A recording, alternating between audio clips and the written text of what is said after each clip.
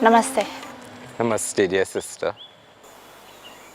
So welcome to our series that we started recently after Yoga Day, which this year's theme was Yoga for Wellness. And so one of the things that Pujya Swamiji and Sadhviji shared is that yoga and wellness is not only a weekend business. And so it has to translate into every moment and every minute of our lives. And so we've asked our community connected to us to kind of explore that and explore how they can live in yoga, live in wellness, live in health. And so we have this opportunity to engage in conversations with people who are our role models, people who can share more about yoga and wellness. And so we're really thrilled to have with us today His Excellency, the Honorable Ambassador of Trinidad and Tobago, Dr. Roger Gopaulji. And he's been here with us, with his family, for the last several days. And it's been really beautiful to have you here. And we hope you've enjoyed your stay so far. And we'd love to ask you and start off with what has been, the high point, the most memorable part of your experience here at your Himalayan home. Pranam, dear sister, and thank you for having me on your very auspicious program. And firstly, I would like to thank Swamiji for giving us the opportunity to stay in this beautiful Himalayan home. Swamiji is filled with so much love, so much kindness, so much benevolence. And for the past few days, the highlight was just being in the presence of Swamiji, listening to his voice, listening to his discourses, and just allowing ourselves to be in that aura, in his auspicious presence, in that divine space. And for us, not just me, but my family as well, we could not dream of being in a better place at this point in time, where the world is actually experiencing so many different types of challenges. And right here in our Himalayan home, we are at a place where the answers exist, which is peace and bliss. So I thank Swamiji for this beautiful opportunity to just be here. We hope there's many more homecomings and more frequent homecomings. So one of the things that I noticed when you were here is I got to join you for your meals, and I actually, saw his breakfast. So we were all waiting, and his breakfast, was taking a little bit more time. And so we were wondering, okay, well, is he getting some special breakfast? And his breakfast plate comes in, and there's cut fruits and slightly roasted makana, which are these, the roots of the lotus. And they look like kind of popcorns, but they're actually really, really beneficial and very Satwik. And especially when we're fasting, we take makana. So that's what came in for him. It was watermelon, papaya, and mangoes, and a small bowl of makana. And so I said, "This is what you have for breakfast?" And he says, "Yeah, I eat like this all the time."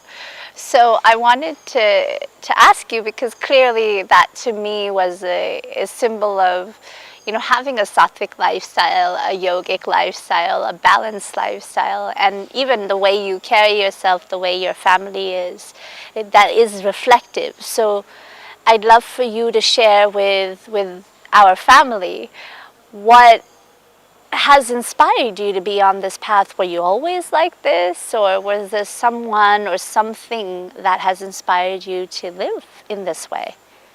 Well, I did not grow up in a home that practiced any form of yoga or Satwik lifestyle. It was contrary to this lifestyle that I'm practicing today. And I grew up in an environment that was actually surrounded by drugs and alcohol and lifestyles that are not very becoming. And there was something in me that felt that life had such a deeper meaning to it. But I honestly had no idea what it was. And to a large extent, I thought that perhaps this joy or this bliss might be found in the material objects of the world if one was to pursue and attain those objects. And I felt that while attempting to achieve these goals in my life, something was still missing. And the search continued. And I came across some of the writings and some of the works of Swami Vivekananda in my late teens. I came across some of the work of Swami Shivananda. And then there was a major turning point in my life, where in the year 1991, when I was a much younger man actually, and I met Swami Chidanand. And just briefly as he passed by, and I remember just going down and I touched the ground. I was not even able to touch his feet because I could not reach. And I sat there, and this was in Trinidad and Tobago.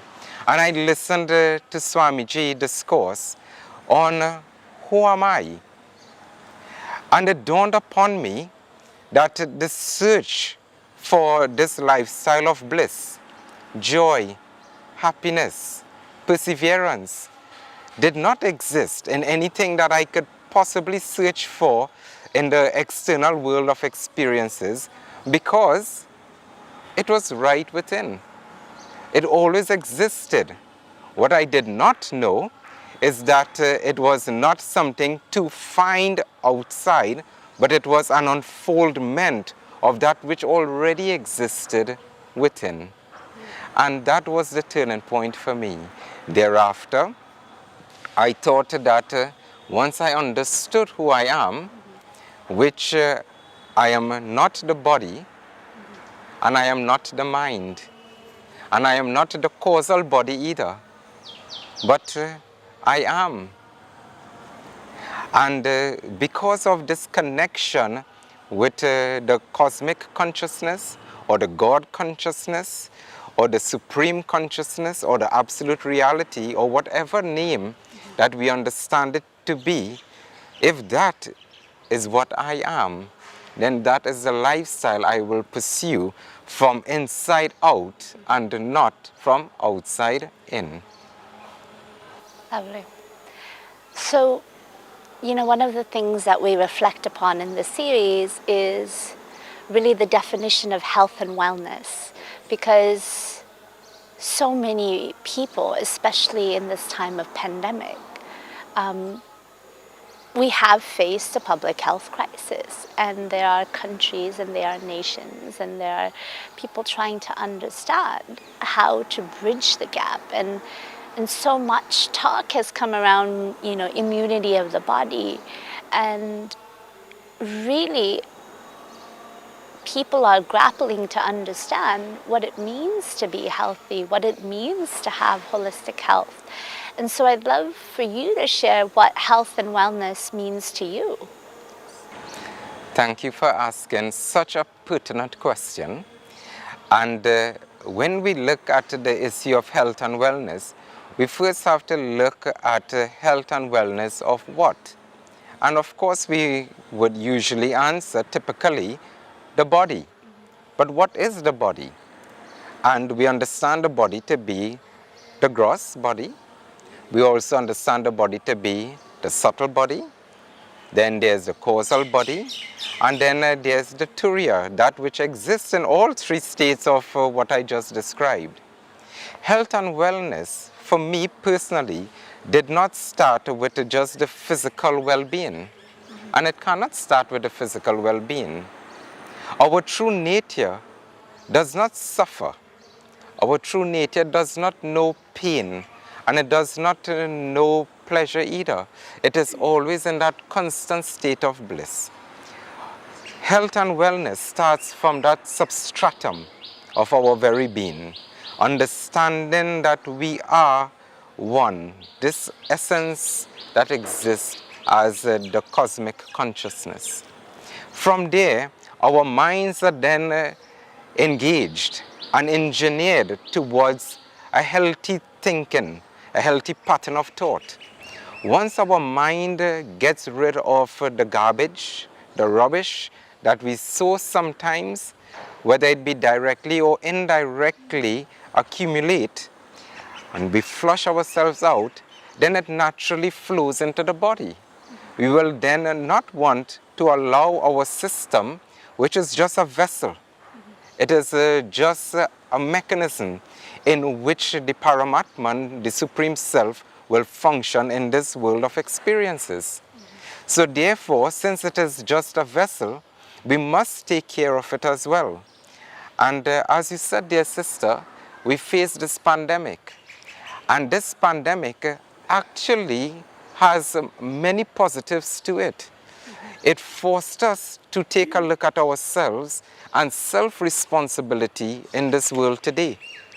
Responsibility for our friends and family around, and responsibility for our beautiful world.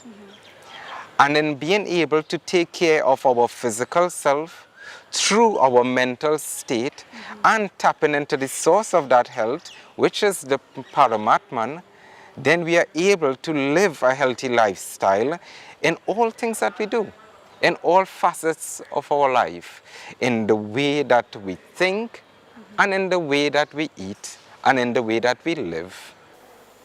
And this brings us, to the next question that I wanted to ask you is, how does living a life of yoga, living a life dedicated to these values, translate into a position of leadership, and you being that example of a position of leadership, and how does that translate into decisions that you make, your daily lifestyle, the way that you interact and the way that you make choices that affect, a large number of people and many different policies and many different structures and systems. And so what does that mean? And then what does that mean to the people that you work with? It's a very good question on leadership.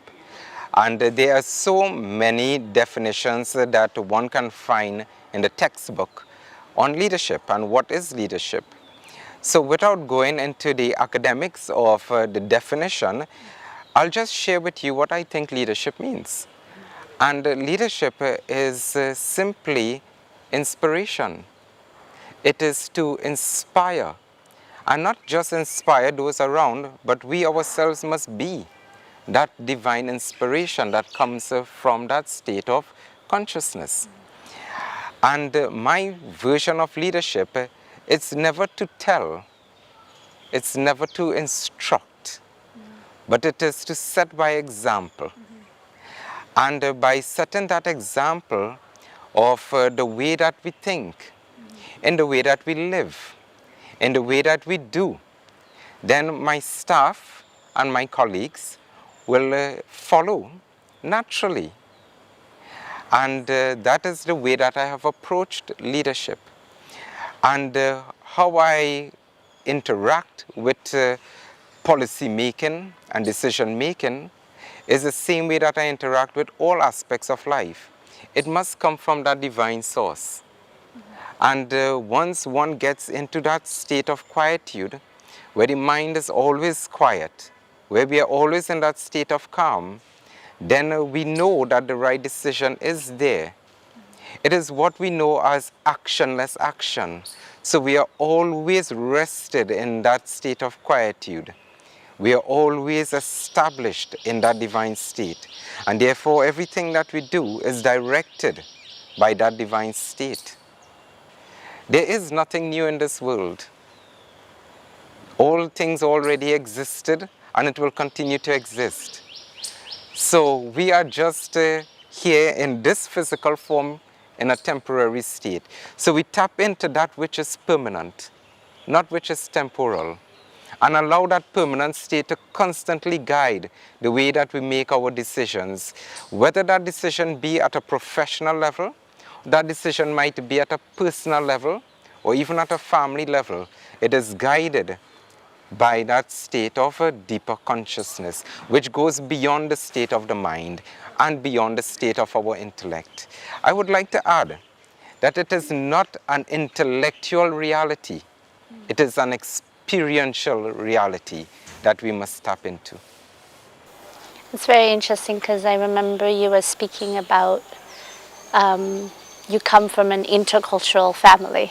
Indeed. With different faith traditions. Yes. Being followed in that family. Yes. And I'd love for you to share with our viewers what that experience has been like, because I remember that you mentioned this, sort of approaching religion from an intellectual perspective versus really understanding it from a spiritual perspective, and I'd love for you to share about that.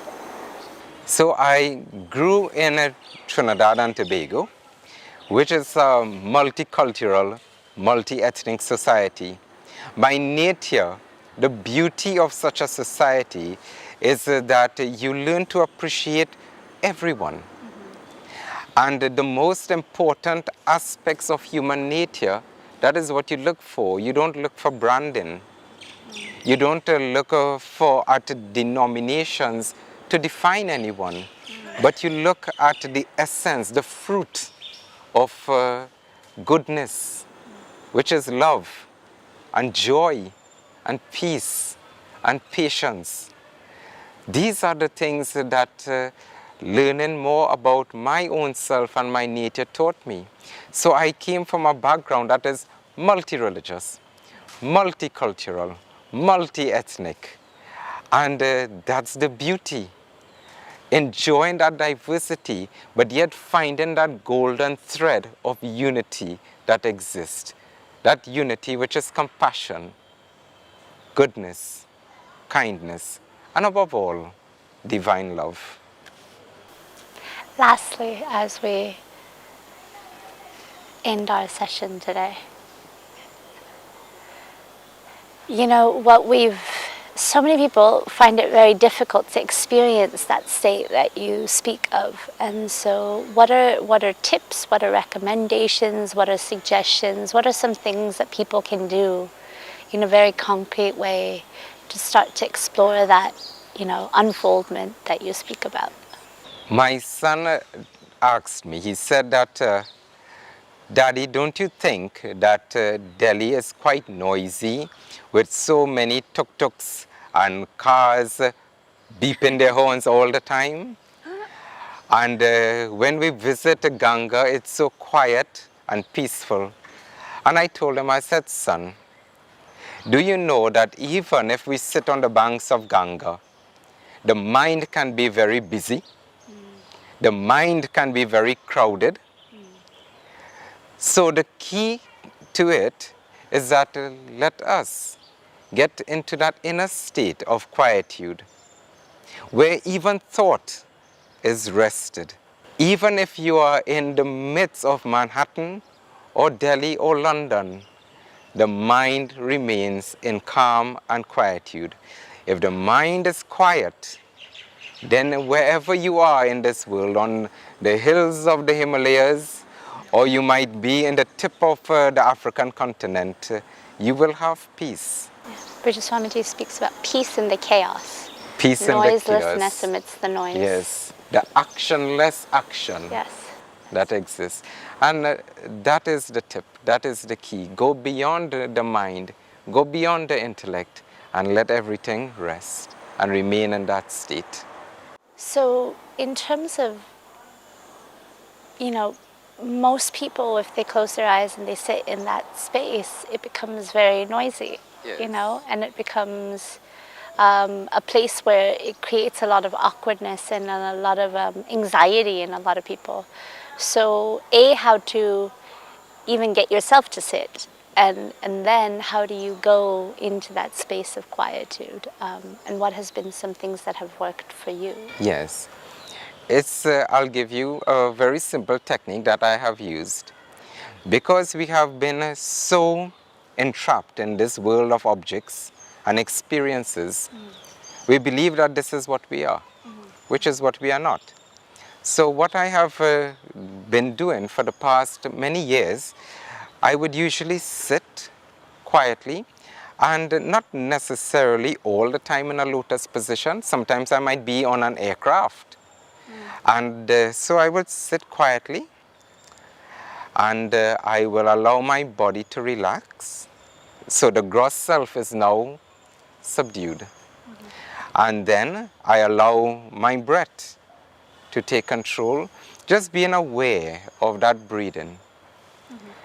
And as my mind now becomes aware, it narrows my thought. So it eliminates what is unnecessary because I am now focused on the breath.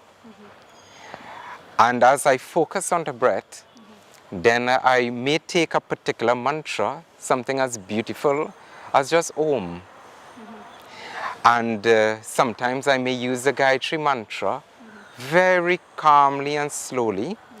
And as I sit, and I would mentally just focus on Om, which, as you know, Om is actually the three states of the waking, dreaming, deep sleep, and then the state of Turiya, the fourth state of consciousness.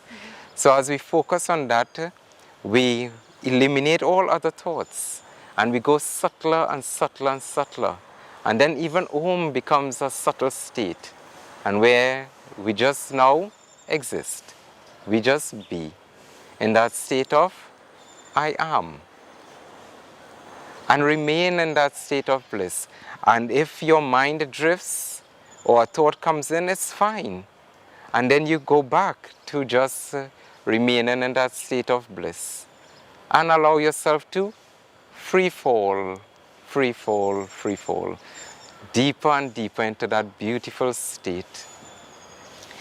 When you're ready to come out of it, you actually don't. You deep breathe, you open your eyes, and you remain perpetually in that state of bliss. Even in your daily activities, in your actions, you remain. Lovely. Thank you so much. The last piece that I felt like we should ask you, because your family is not here, but we'll share a few visuals of your family here on the banks of Ganga. And Brija Swamiji was speaking about how beautifully your children imbibe the sanskaras, the values. And so what do you think is a key to a happy and healthy family? Much of which you have already spoken about, but just in case, people who are watching who have families, who have children, and so many think that this path of meditation and yoga are only for sannyasis or people who are living in the Himalayas, and here you are as a householder and imbibing that value to your family. So what do you have to recommend to people who have families to be able to imbibe those cultures and those values to them? When I got married, I did not just simply look at my spouse as just a human being. Because if I did, then it will be of such a limited, such a restricted perspective. I saw her as a divine being, which she is. And when we had children, I also saw my children as divine beings in bodily form that they work with, but they are still that divine soul, that Paramatman. And in so doing, I treat them with that reverence. And that is the first step. Who am I married to? I am not just simply married to someone who is just a physical being. It's a divine soul. And so are my children. Secondly, what I have done is that many a times, there's a saying in the Western world which is do as I say and not as I do. And it is a fundamentally flawed principle. Because psychology, and there's a great book written by Scott Peck called The Road Less Traveled. And it is a book on the psychology of human nature. And in it, he actually tapped into aspects of Vedanta, which is you set the right example. You live that life. And naturally, your children will follow suit. They will see, because they'll best learn by example. So you become that which you want them to be. Beautiful. Thank you so much for sparing your time, for being Thank here, you. and for being that example. Clearly is a light and an inspiration to so many people. Thank you so much, dear sister. Jai Pranam. Ganga. Jai Ganga. And we sincerely look forward to having you here more often. Oh, thank you very much. And I surely look forward to being here in the presence of the ashram, in your presence, and in the presence of Swamiji, his divine presence always. Yes.